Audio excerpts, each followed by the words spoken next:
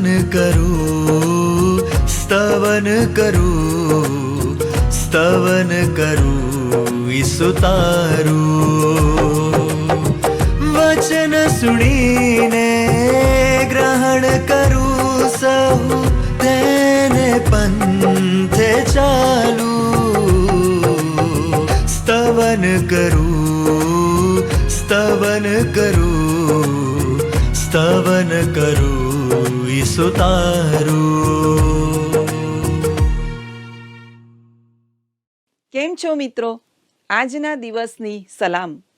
મિત્રો, આપ નિહાળી રહ્યા છો સ્તવન બાઇબલ અભ્યાસ કાર્યક્રમ. આ કાર્યક્રમ દ્વારા આપ સર્વને બાઇબલના દરેક પુસ્તકની સરળ ભાષામાં ઊંડાણપૂર્વક સમજ આપવામાં આવે છે. આપ સર્વ નિયમિત રીતે આ બાઇબલ અભ્યાસમાં જોડાયેલા રહો છો અને વિશેષ તો તમારા પ્રતિભાવો પણ અમને જણાવો છો, માટે આપ સર્વનો ખૂબ આભાર. આજે આપણે યર્મિયાના પુસ્તકના અંતિમ ભાગોમાં આવી ગયા છીએ. તેમાં ઇસરાયેલના આસપાસના રાષ્ટ્રો માટેની ભવિષ્યવાણીઓની સાથે સાથે ઇસરાયેલ પ્રજાનો બચાવ ઈશ્વર કેવી રીતે કરે છે તે જણાવવામાં આવ્યું છે. તો ચાલો મિત્રો, આજના અભ્યાસમાં આગળ વધીએ.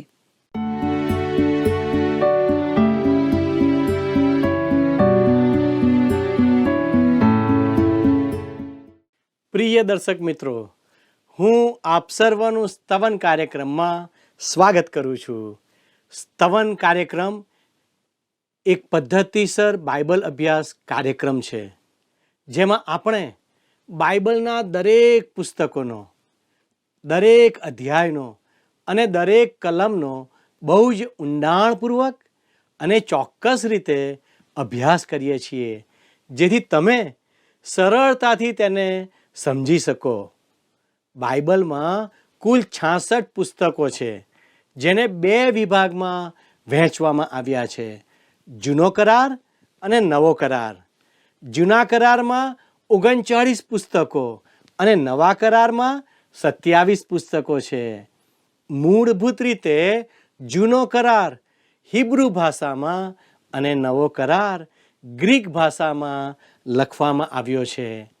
પવિત્ર ગ્રંથ બાઇબલ 1600 વર્ષોના ગાળા દરમિયાન 40 જુદા જુદા લેખકો દ્વારા અલગ અલગ જગ્યાઓમાં અને સમયોમાં લખવામાં આવ્યું છે, જેમાં ઘણા બધા લેખકો એવા છે કે જેમણે કદી એકબીજાને જોયા નથી, છતાં પણ બાઇબલની વ્યવસ્થા એવી રીતે છે કે કોઈ કદી એકબીજાનો વિરોધ કરતા નથી, પણ એકબીજાને સહયોગ આપે છે. વહાલા મિત્રો, પવિત્ર ગ્રંથ બાઇબલ દુનિયાનું એકમાત્ર એવું મૂલ્યવાન પુસ્તક છે જેણે લોકોના જીવનોને બદલી નાખ્યા છે. પછી તે ગરીબ હોય કે ધનવાન, ભણેલો હોય કે અભણ, ઈશ્વરનું વચન જીવંત અને સાચું છે, જે દરેકના જીવનમાં સમાન રીતે કામ કરે છે.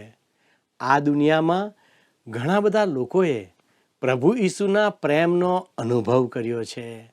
વહાલા દર્શક મિત્રો, આ કાર્યક્રમમાં આપણે યર્મિયા પ્રબોધકના પુસ્તકનો અભ્યાસ કરીએ છીએ અને આજે યર્મિયાના 45 થી 49 અધ્યાયોનો અભ્યાસ કરવાના છીએ, જેમાં બારૂખને સંદેશ આપવામાં આવે છે.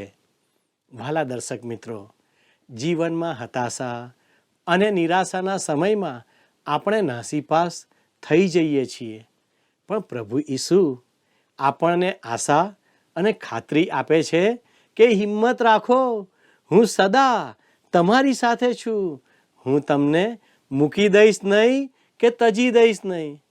મિત્રો, આજે આપણે એવા એક યુવાન વિશે શીખવાના છીએ જે ઈશ્વરના માર્ગમાં વિશ્વાસથી ચાલે છે અને ઈશ્વરની સેવામાં કાર્યરત છે, પણ તે દરમિયાન એવી પરિસ્થિતિ ઊભી થાય છે કે તે હતાશ અને નિરાશામાં ડૂબી જાય છે. તે યુવાનનું નામ છે બારૂખ.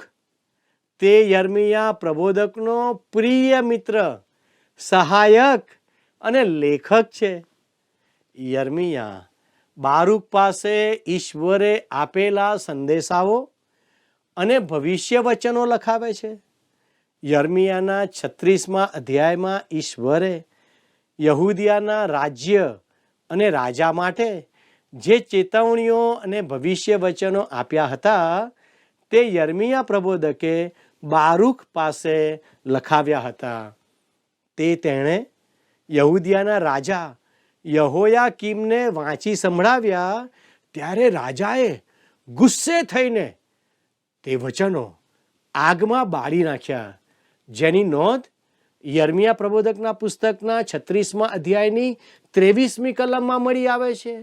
યાદ રાખો મિત્રો કે દેવનું વચન કદી જ નાશ પામતું નથી, તે આગમાં બળી શકતું નથી, કેમ કે ઈશ્વરનું વચન જીવંત છે.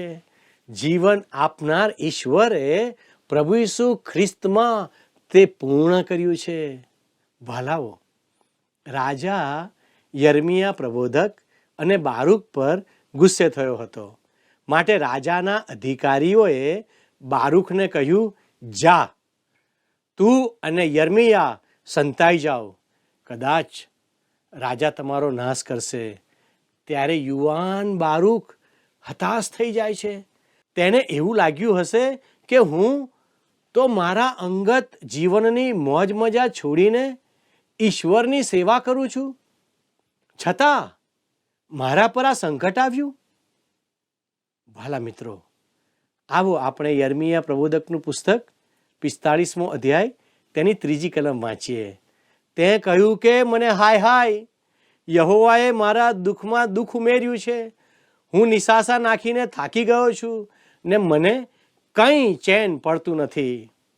ભાલા મિત્રો, બારૂકને તેનું ભવિષ્ય અંધકારમય લાગતું હતું, પરંતુ ઈશ્વર પોતે તેને શાંતિ આપવા માગે છે. પ્રભુ ઈસુ ખ્રિસ્તમાં ભવિષ્યમાં મળનારી આશા અને પરમ શાંતિ તે આપવા માગે છે. રાજા યહોયાકીનના સમયની આ દુઃખદ ઘડીઓમાં ઈશ્વર જણાવે છે કે જેનાથી તમે ડરો છો તેને હું જોઈ લઈશ, તેને હું શિક્ષા કરીશ, પણ તમને બચાવી લઈશ. ભાલાઓ, ચાલો યર્મિયા 45:4 જોઈએ. તેને કહે કે યહોવા કહે છે કે જે મેં બાંધ્યું છે તે હું પાડી નાખીશ, ને જે મેં રોપ્યું છે તે હું ઉખેડી નાખીશ, અને આ પ્રમાણે આખા દેશમાં કરીશ. મિત્રો, આ તો ઈશ્વરનું ન્યાયપણું બતાવે છે. ઈશ્વર હંમેશા પોતાના લોકોની સાથે હોય છે. ઈશ્વર ઈસુ ખ્રિસ્ત દ્વારા દરેકનો બચાવ કરવા માગે છે. યર્મિયા પ્રબોધકનું પુસ્તક 45મો અધ્યાય તેની 5મી કલમમાં ઈશ્વર કહે છે, શું તું તારે પોતાને સારું મહત્તા શોધે છે? શોધીશ માં, કેમ કે યહોવા કહે છે કે હું માણસ માત્ર પર વિપત્તિ લાવીશ, પણ તું જ્યાં જ્યાં જશે ત્યાં ત્યાં હું તારો જીવ લૂંટ તરીકે તને આપીશ. ભાલાઓ, બારૂક માટે આ ભવિષ્યવાણી તકલીફો ને સંકટો વચ્ચે આશાનો દીપક બની. ઈશ્વર યહૂદિયા પર અને રાજા પર ન્યાય શાસન રૂપી સંકટ લાવશે, પણ બારૂક અને યર્મિયાને બચાવવાની તે ખાતરી આપે છે. ભાલાઓ, પ્રભુ ઈસુ ખ્રિસ્તમાં આપણને પણ આ જ સંદેશો મળે છે કે વિશ્વમાં દુઃખ હોય, પણ પ્રભુ ઈસુ આપણું જીવન બચાવે છે અને અમર આશા આપે છે.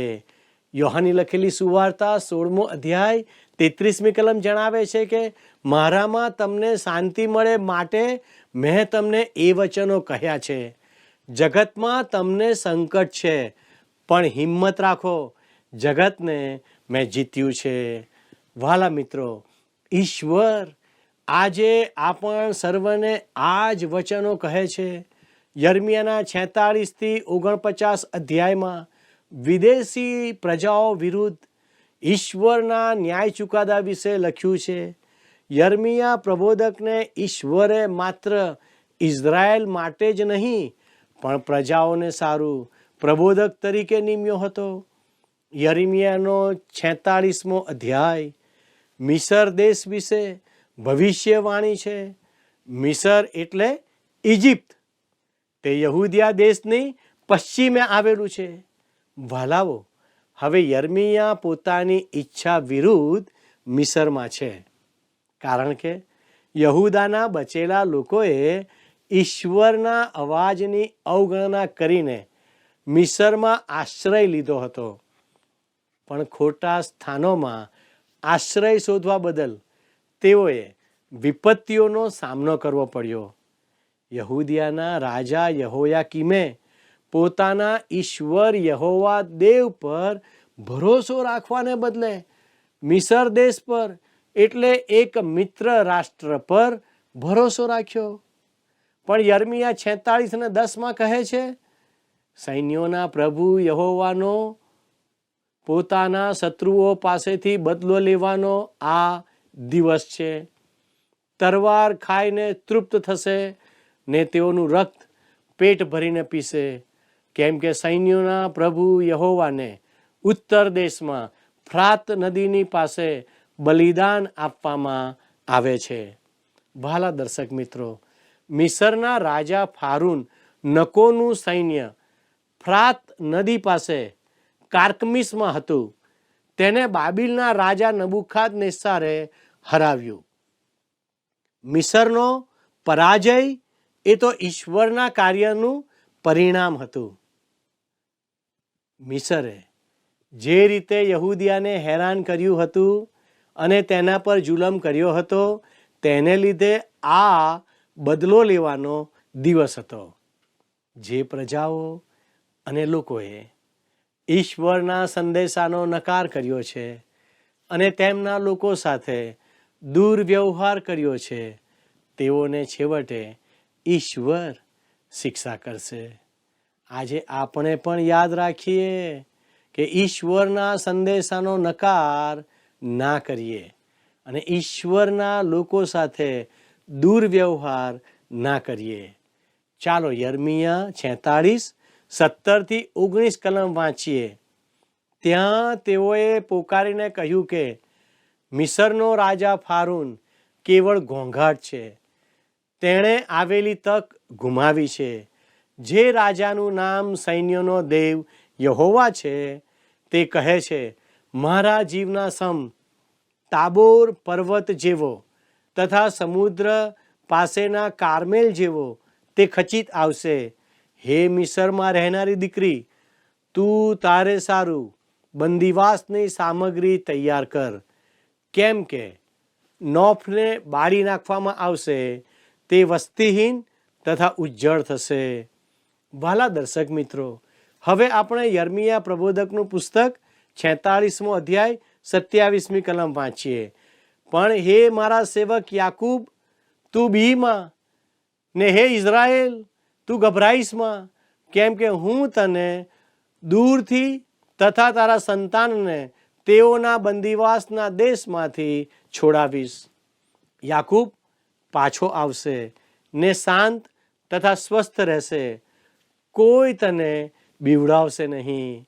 મારા વહાલા દર્શક મિત્રો, ઈશ્વર પોતાના લોકોને પ્રેમ કરે છે, માટે આશ્વાસન આપે છે કે તેઓ પર સંકટો આવશે, પણ તે તેમને છોડાવશે અને શાંતિ આપશે. પ્રભુ આજે આપણને પણ આ વચનો આપે છે. 28મી કલમ જુઓ મિત્રો, ત્યાં શું નોંધવામાં આવ્યું છે? યહોવા કહે છે, હે મારા સેવક યાકૂબ, તું બીમાં, કેમ કે હું તારી સાથે છું. જે જે દેશોમાં મેં તને વિખેરી નાખ્યો છે, તે સર્વનું સત્યાનાશ હું વાળીશ. પણ તારું સત્યાનાશ હું વાળીશ નહીં, પણ હું ન્યાયની રૂએ તને શિક્ષા કરીશ ને ખચિત તને શિક્ષા કર્યા વગર જવા દઈશ નહીં. વહાલા દર્શક મિત્રો, ઈશ્વર ન્યાયી છે, માટે દરેકને પાપની શિક્ષા તો ભોગવવી જ પડે છે. ઇઝરાયલના પાપોને લીધે તેને ઈશ્વર શિક્ષા કરશે, પણ તેમનો નાશ કરશે નહીં. ઈશ્વર તેમની સાથે રહેવાનું વચન આપે છે અને તે વચનના દેશ કનાનમાં તેઓને પાછા લાવશે. મિત્રો, આ વચનો પ્રભુ ઈસુ ખ્રિસ્તના સહારા તરફ સંકેત કરે છે, જ્યાં ન્યાય છે પણ તેમાં દયા પણ છે.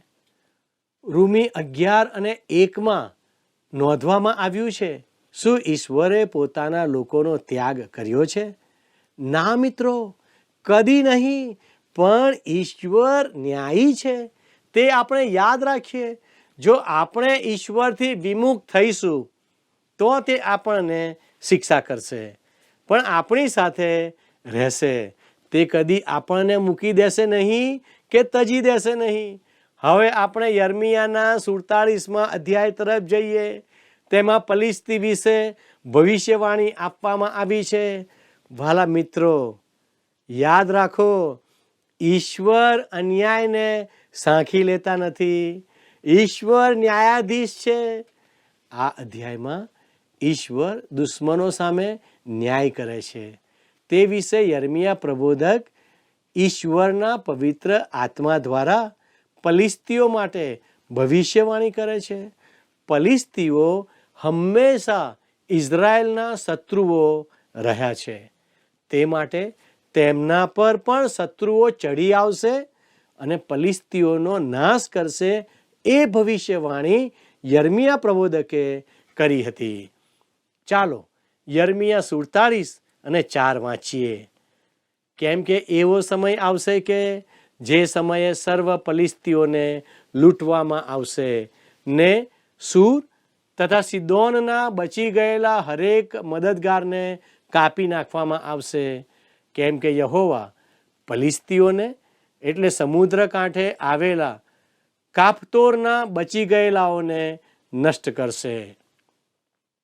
ભાલા દર્શકો, નબુખાદનેસ્સાર રાજાએ પલિશ્તીઓ પર હુમલો કરી પલિશ્તીઓના શહેરો જીતી લીધા.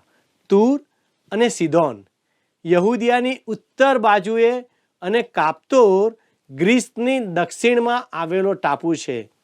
તે પલિશ્તીઓના પૂર્વજોનું મૂળ નિવાસસ્થાન છે.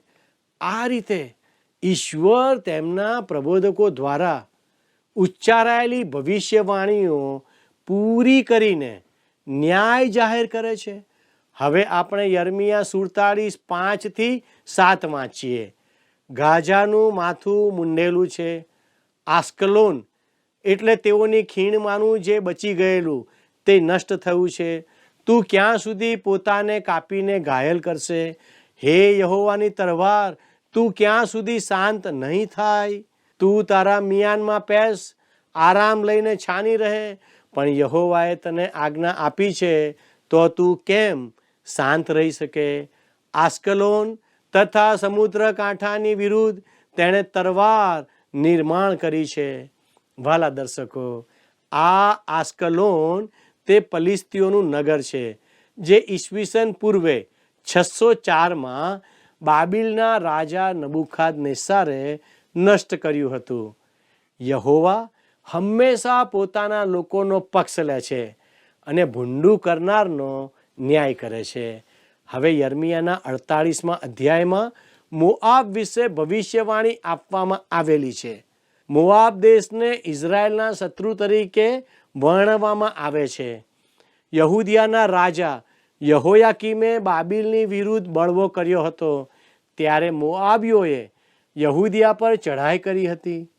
યર્મિયા પ્રબોધકના સમય દરમિયાન મોઆબીઓની ગુંડા ટોળીઓ હુમલા કરતી હતી. માટે ઈશ્વર તેમના પર ન્યાય શાસન લાવે છે. યર્મિયા 48:7 આપણે જોઈએ. તે તારા કામો પર તથા તારા દ્રવ્ય પર વિશ્વાસ રાખ્યો છે, માટે તને પણ પકડવામાં આવશે.